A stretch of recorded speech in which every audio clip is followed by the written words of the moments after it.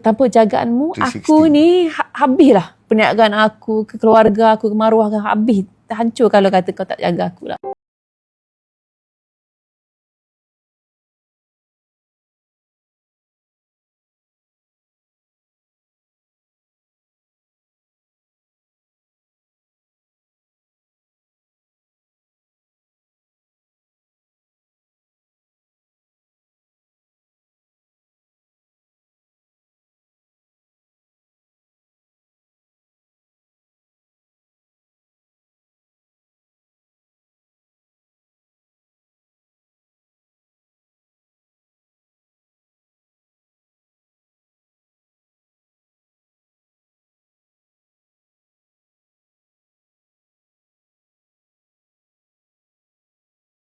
Sebaik mungkin untuk disiplinkan beberapa rutin amalan yang kecil, yang mungkin simple, tapi hari-hari tu kadang-kadang kena paksa, kadang-kadang dengan sendiri boleh buat dengan senang. Ada hari susah, ada hari senang.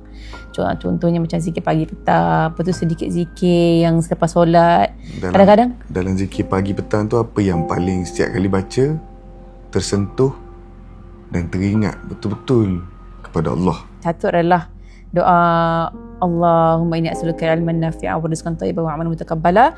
Itu dalam selepas solat subuh kita baca juga, dan termasuk dalam zikir pagi. Dan satu lagi adalah Ya Hayyu Ya Qayyum birahmatika astaghith. Sebab I rasa I betul-betul connect dengan doa tu.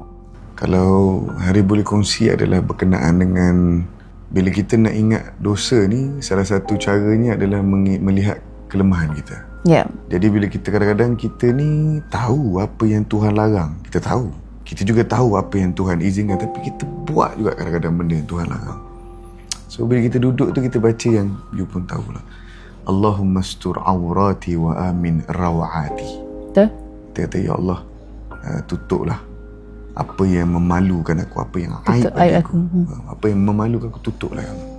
Wa min rawati, ataupun apa yang dapat memalukan aku, kita minta ya Allah tutup. Tenteramkan saja kan? Sebab gini, macam you, Haris, mungkin kat luar pun semua ada kedudukan di tempat masing-masing. Mungkin dia seorang CEO, orang hebat, orang besar. Tapi yang membezakan kita dengan satu orang lain apa dia? Tertutup atau terbuka benda yang memalukan.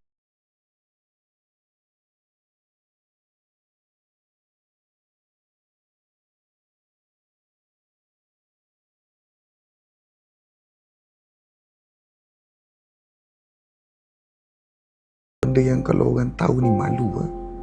Jadi kita minta ya Allah tutuplah benda-benda yang memalukan atau apa-apa saja yang menjatuhkan. Betul. Tu ya pagi hari. Tapi I nak tambah sikit je sebab doa yang sama kan sayang. Sebab kita kan kedudukan di mana ramai orang kenal kita kan.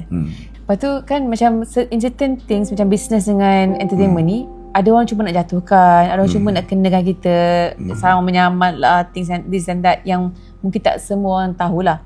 So bila lagi-lagi dengan adanya ujian seperti ni, bila saya baca doa ni kan, ya Allah jagalah aku daripada kanan aku, daripada kiri aku, depan aku, belakang aku, atas aku, dan aku minta perlindungan daripada keagungan, jaga daripada bawah aku kan. Jadi I really feel that doa untuk tanpa jagaanmu 360. aku ni habislah.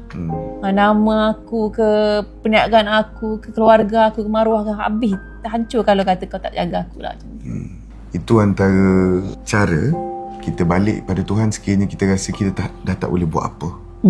Ada benda yang kita boleh usaha, ada benda yang kita dah usaha dan kita rasa ni je lah yang boleh.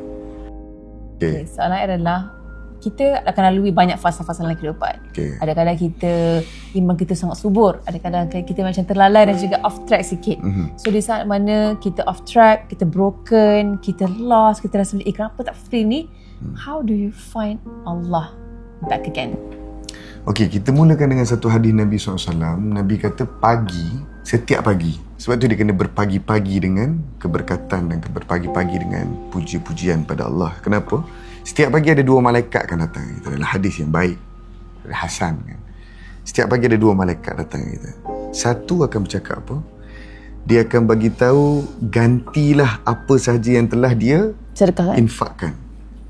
Satu malaikat lagi akan datang, dia akan kata hilangkanlah kepada orang yang bakhil, kedekut. Kadang-kadang orang rasa hilang, dia rasa lost lah. Macam dalam bahasa Inggeris orang putih dipanggil lost kan. Kalau dalam bahasa Melayu kita rasa hilang ketenangan hati. Walaupun rasa duit banyak, hilang rasa kecukupan, hilang rasa tiba-tiba ni selama-lama ni cukup. Kehilangan ni kadang-kadang berpunca daripada yang paling besar. Apa dia? Tidak memberi. Memberi ni bukan sekadar duit. Memberi juga bukan sekadar bercakap, bukan sekadar ada di saat orang itu perlukan kita. Memberi ni juga secara spesifik yang paling baik adalah sedekah. Sedekah. Kerana sedekah ni dia boleh tutup api Kemarahan Allah. Dia boleh padamkan api kemarahan Allah. Dan dia juga tutfihul khati'ah. Dia mengurangkan yang silap.